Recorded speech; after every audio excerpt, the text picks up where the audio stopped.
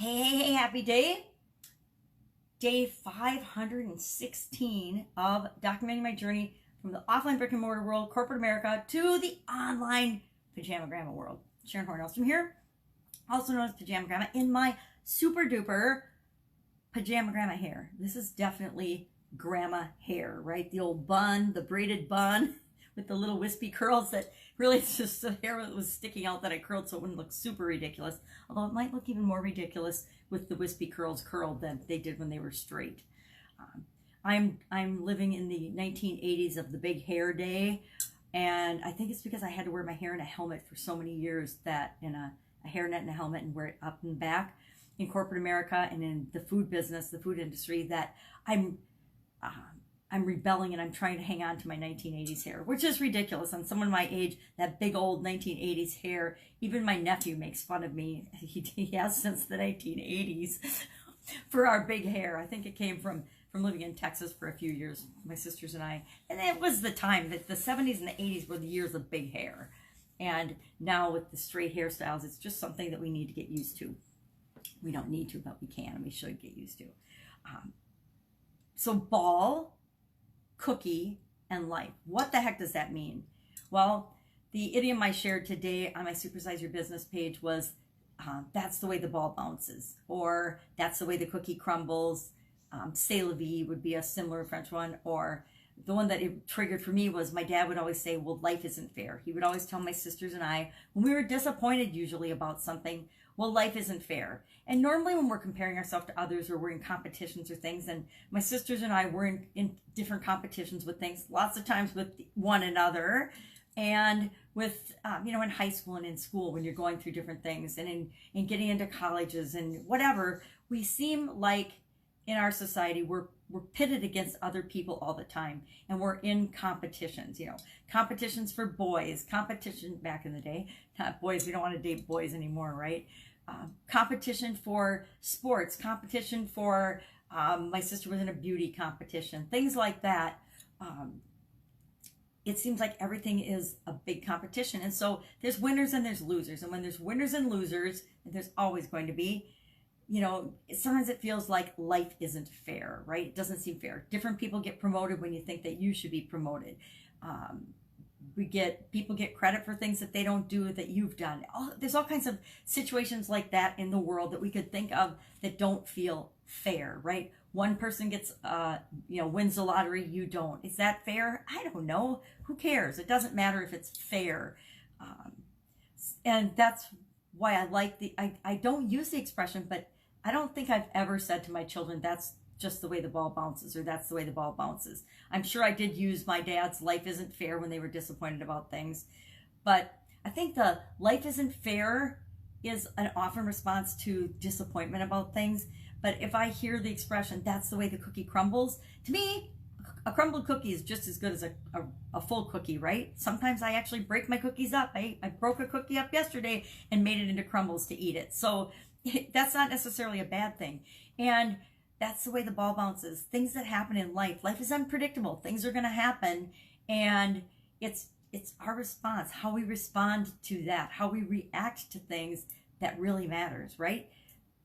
Bad things and good things aren't really necessarily bad or good things. It's how we respond and react to those things that determines the direction, the trajectory, and how we experience our life. I've had really, really bad things happen to me in my life. I mean, you guys, I dropped dead. If you drop dead, I would think people would think that that is probably the worst thing. It's, most people's greatest fear that could possibly ever happen to you. And if I look back at that thing, that event, that is probably the best thing that has ever happened to me, because it allowed me to give myself finally permission to be who I want to be, to live the life that I want to live, and to be who I really am. Prior to that, I was just doing what I thought everybody else thought I should do. And did a lot of it make me happy? Some of it. Did a lot of it make me unhappy? Oh yeah, a lot of it made me really unhappy, because I wasn't living consistently with who I really am as a human being and as a person.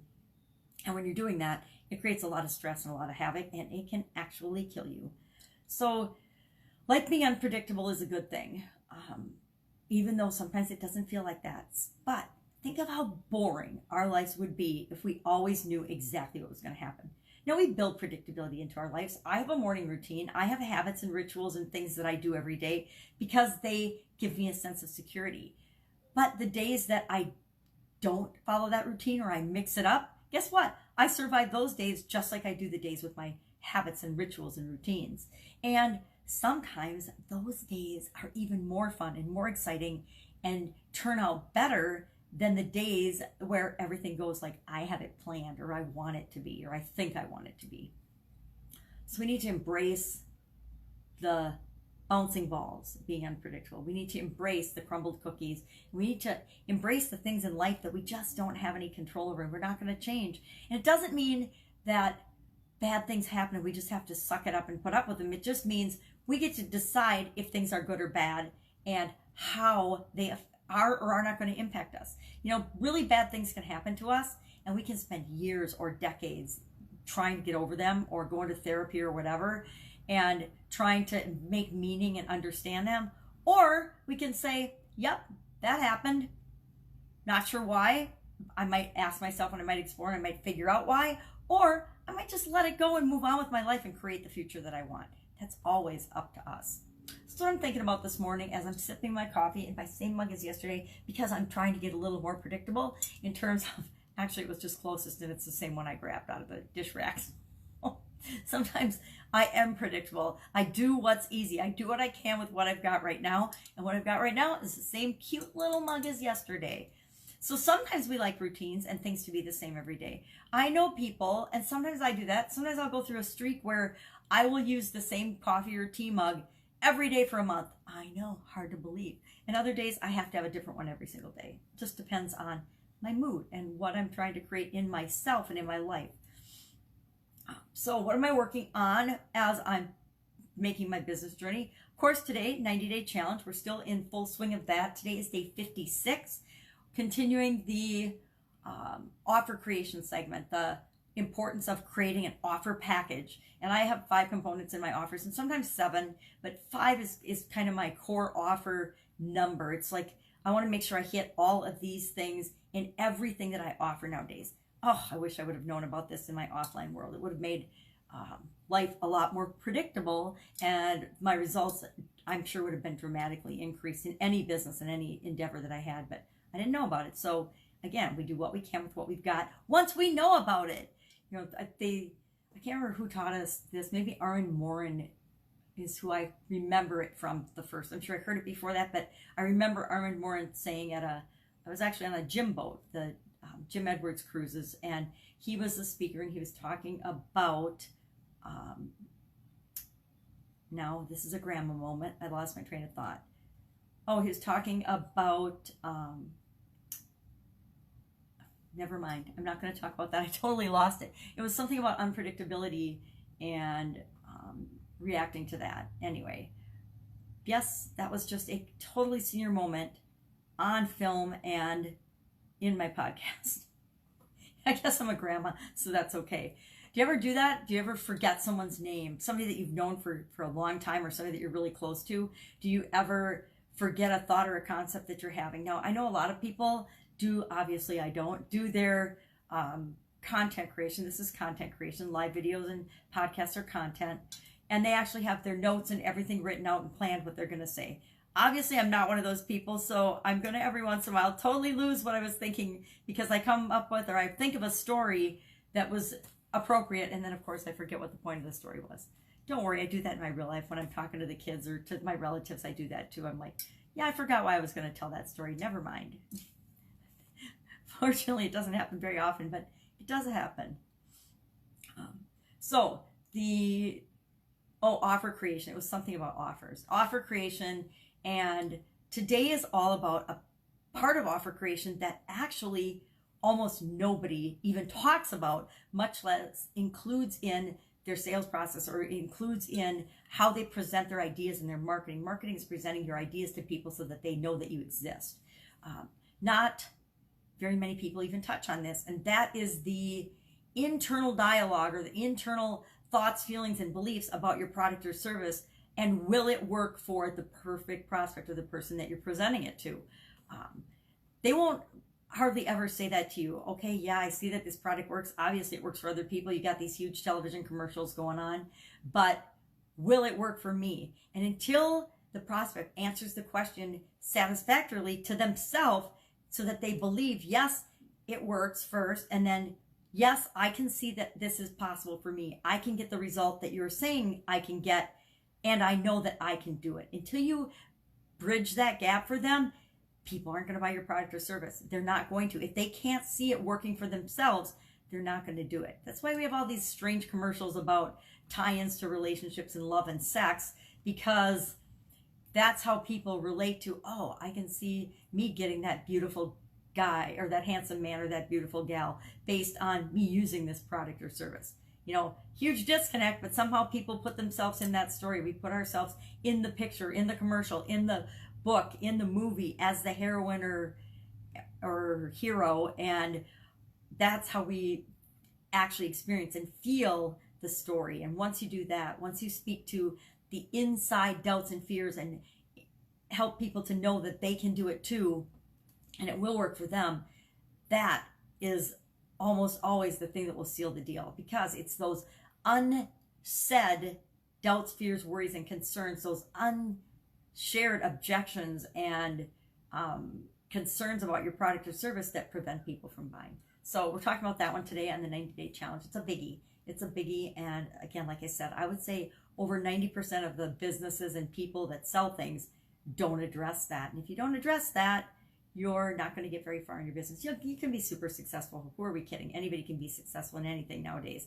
But if you really want to amp up your success, speak to people's objections, which their internal objections are going to be the most important, because they're the ones that they're not going to tell you. They're not going to say, well, I don't think I can do this. I don't think anyone has ever told me, I don't think I can do this out loud.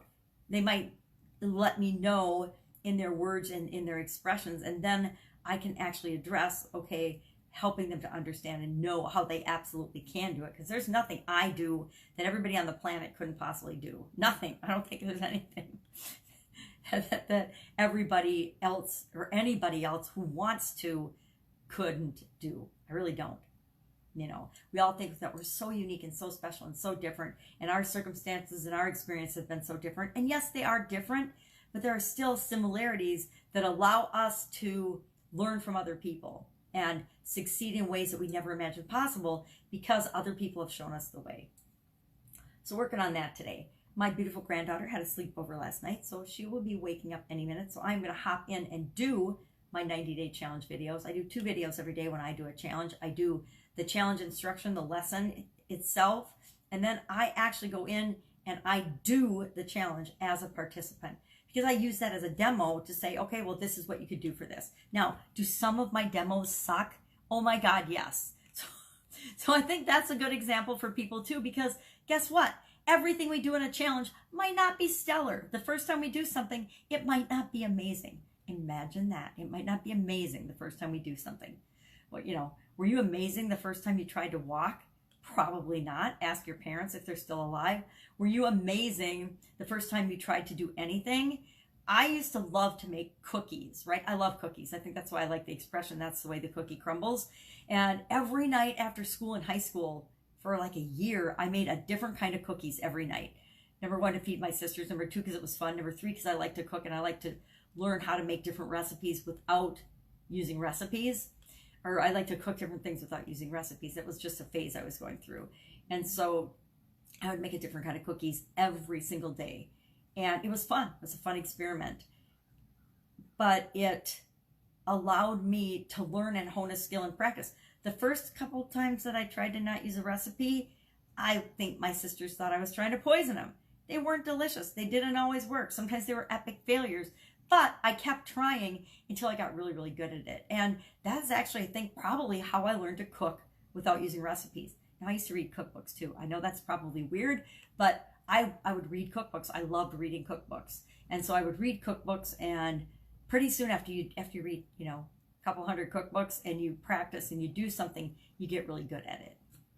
So, but the first time you do anything, you're not awesome at it. I mean, I was telling my granddaughter the other day, she's afraid for swimming lessons. And my sisters and I were scared to death of swimming lessons. I mean, I think I probably flunked beginning swimming lessons, you know, a handful of times until my dad and his friends installed a pool in our yard. And then that summer, my middle sister and I, we actually passed like all the levels of swimming lessons because we weren't afraid anymore. And once you're not afraid of something, it's amazing what you can accomplish.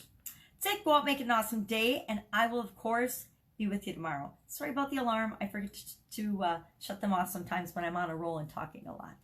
I hope your day is absolutely spectacular. If I can help you in any way, shape, or form, if you have any questions, need a connection to somebody, hit me up in the messages or the comments below, and I would be glad, delighted, and excited to help you out in any way, shape, or form I can. Have an absolutely fantastic day. Catch you tomorrow. Bye.